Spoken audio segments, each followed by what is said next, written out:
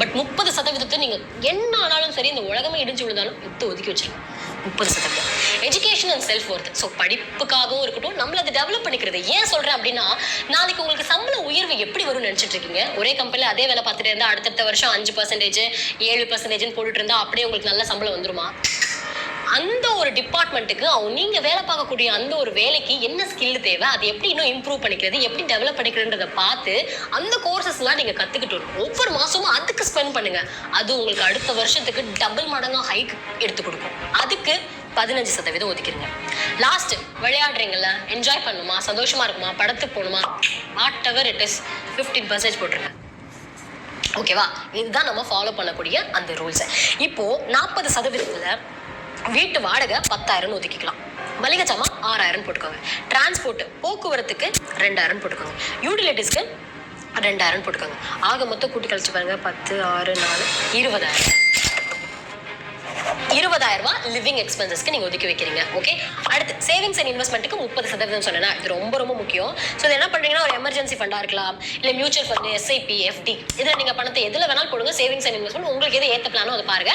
And long டேர்ம்காக நீங்க வந்து savings and இன்வெஸ்ட்மெண்ட்ல 30% மொத்த பணத்துல இருந்து 15,000 ரூபாய் வரும் கணக்கு பண்ணி பாத்தீங்கன்னா. ஸோ இந்த 15,000 ரூபாய் நீங்க மாசம் மாசம் சேர்த்து வைக்க போறீங்க. அப்போ ஒரு வருஷத்துக்கு பாத்தீங்கன்னா 1,80,000 கிட்ட ஒரு 1.8 lakhs வச்சுக்கோங்களேன். இந்த 1.8 lakhs இஃப் இன்கேஸ் நீங்க வந்து ஒரு எஸ்ஐபில போடுறீங்க, ஆவரேஜ் ரிட்டர்ன்ஸா ஒரு 12% வந்தா கூட எவ்வளவு வரும் எக்ஸ்பெக்ட் பண்ணப்படுது அப்படின்னா, 20 வருஷத்துல 1.8 crore. வருஷத்துக்கு 1.8 lakh போட்டா 20 வருஷத்துல 1.8 crores நமக்கு கிடைக்குது. நம்ம இன்வெஸ்ட்மெண்ட் பண்ணிருக்கிறது எனக்கு தெரிஞ்சு எக்ஸாக்டா தெரியல, ஒரு 30 to 40 lakhs அப்ராக்சிமேட்டா இருக்கும். ஆனா நமக்கு கிடைச்சிருக்கிறது செம்ம டபுள் மடங்கான பணம் கிடைக்கும். அது வந்து நீங்க பாத்துக்கோ. 10%. அதுக்கு என்ன பண்ணுங்க, 7,500 ரூபாய். அடுத்து பிளே அண்ட் என்ஜாய்மெண்ட்டுக்கு 15%. அது 7,500 ரூபாய். ஓகே. டிராவல் பண்றது, என்ஜாய்மெண்ட் பண்றது, ட்ரிப் என்ன வேணா பண்ணுங்க. அது 7,500 ரூபாய் தான் உங்களுக்கு லிமிட். அண்ட் முக்கியமான இன்னொரு விஷயம், இந்த எஜுகேஷன் அண்ட் செல்ஃப் ஒர்த் காலம்னு ஒரு விஷயம் சொல்ல நான் நினைச்சேன். ஒரு ப்ராவர்ப், ஒரு ஸ்லோகன் அப்படின்னு கூட நீங்க எடுத்துக்கலாம். when knowledge grows wealth follows. எப்படி இருக்கு பாருங்களேன். இதை தான் வந்து சீனர்கள் வந்து ஃபாலோ பண்றாங்களா. நம்ம அறிவை வளர்த்துக்கிட்டே போயிட்டே இருந்தோம் அப்படின்னா நமக்கான செல்வம் இது எல்லாமே நம்மளை பின்தொடர்ந்து வந்துகிட்டே இருக்கும். நீங்களே பாருங்க, நல்லா படிச்சவனுக்கு தான் நல்ல வேலை, நல்ல அறிவு இருக்கிறவங்க, நல்ல டேலண்டடா இருக்கிறவங்க தான் நல்ல சம்பளம். நீங்க சொல்லலாம், எங்க கம்பெனிலாம் வந்து அறிவு இல்லாதவங்க தான் அந்த பொசிஷன்ல இருக்காங்க, இந்த பொசிஷன்ல இருக்காங்க, அதை பத்திலாம் கவலைப்படாதீங்க. அட்லாஸ்ட் மேக்ஸிமம் என்ன நடக்குதுன்னு பாருங்க. அதுதான். ஸோ நாலேஜுக்கு நீங்க அவ்வளோ இம்பார்ட்டன்ஸ் கொடுக்கணும். 15% அவங்க கொடுக்குறாங்க. அவங்களே தன்னை தானே டெவலப் பண்ணிக்கிறதுக்கு அவ்வளோ இன்வெஸ்ட்மெண்ட் பண்றாங்க. அதை நம்மளும் பண்ணணும். இப்போ இது எல்லாத்தையும் கூட்டி பாத்தீங்க அப்படின்னா 50,000 ரூபாய் வரும். பட் எக்ஸாக்டா 15,000 ரூபாய், எக்ஸாக்டா 20,000 ரூபாய், எக்ஸாக்டா 7,500 ரூபாய் அப்படி நம்ம செலவு பண்ண மாட்டோம்ல. அப்படி இப்படி கொஞ்சம் ஒரு 3,000 ரூபாய் கம்மியா செலவு பண்ணிருக்கோம்னு வச்சுக்கோங்க. அப்போ டிக்ரீசஸ் காலம்னு நான் என்ன எழுதுறேன்னா 47,000 ரூபாய். டிக்ரீசஸ் காலம் செலவு ஆனது. ஓகே. அது 47,000. ஏன் 3,000 குறைச்சிருக்கேன்னா, அங்கங்க முன்ன பின்ன ஒரு 100, 200, 1000, 500 குறையும். அதுல 3,000 ரூபாய் நீங்க செலவு பண்ணாம வச்சிருக்கீங்க. அதனால 47,000 ரூபாய். இப்போ எண்டிங் பேலன்ஸ் எவ்வளோன்னு கரெக்டா சொல்லுங்க பார்ப்போம். 52,000 ரூபாய் ஆல்ரெடி இருந்த அமௌண்ட் 5,000 ரூபாய். ஸோ 57,000. 57ல 47 போச்சுன்னா 10,000. 10,000 ரூபாய் எண்டிங் பேலன்ஸ்.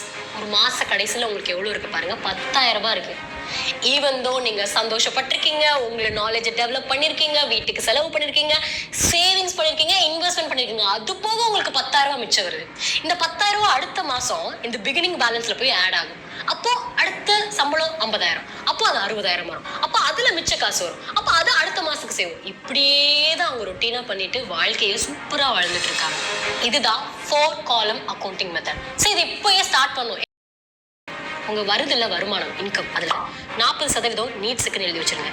30% சேவிங்ஸ்க்குன்னு எழுதி வச்சிருங்க. 15% லேர்னிங்க்குன்னு எழுதி வச்சுக்கோங்க. 15% வந்து ஃபன் வச்சுக்கோங்க. ஜாலின்னு வச்சுக்கோங்க. ஓகே. இது ரொம்ப ஸ்ட்ரிக்டா ஃபாலோ பண்ணணும். என்ன ஆனாலும் சரி, அது குறையலாமே தவிர இது கூட்டிடக்கூடாது, அடுத்தவங்கள்ட்ட கடன் வாங்கிடக்கூடாது. ஸ்ட்ரிக்டா மட்டும் ஃபாலோ பண்ணி ஒவ்வொரு மாசமும் நீங்க செலவு பண்ற அமௌண்ட்டை ட்ராக் பண்ணிட்டு வந்தாலே போதும். ஆக்சுவலி அது ரொம்ப கரெக்டுங்க. நம்ம என்ன பண்றோம் தெரியுமா, சம்பாதிக்கிறோம், செலவு பண்றோம், எல்லாம் ஓகே. பட் என்ன பண்றோம், ஏது பண்றோம், எங்க போகுது, எங்க வருது அப்படின்றத ட்ராக் பண்ணி எழுத மாட்டோம். நிஜமா சொல்றேன், மாசத்துல ஒரே ஒரு நாள் ஒரு 2 மணி நேரமோ 1 மணி நேரமோ உங்களுக்காக உட்காந்து அந்த மாசம் என்ன பண்ணீங்கன்றதை எழுதி பாருங்களேன். உங்களுக்கு ஒரு கிளாரிட்டி கிடைக்கும். எங்க போகுதுன்னு தெரியல, என்ன வருதுன்னு தெரியல, ஆச்சா பூச்சா அப்படி கத்தி ஒரு பிரயோஜனமும் இல்லை. நிஜமா நான் சொல்றேன். ஜஸ்ட் உட்காந்து ஒரு பேப்பர் பேனா எடுத்து எழுதி பாருங்க. உங்களுக்கு ஒரு கிளாரிட்டி அடுத்த மாசம்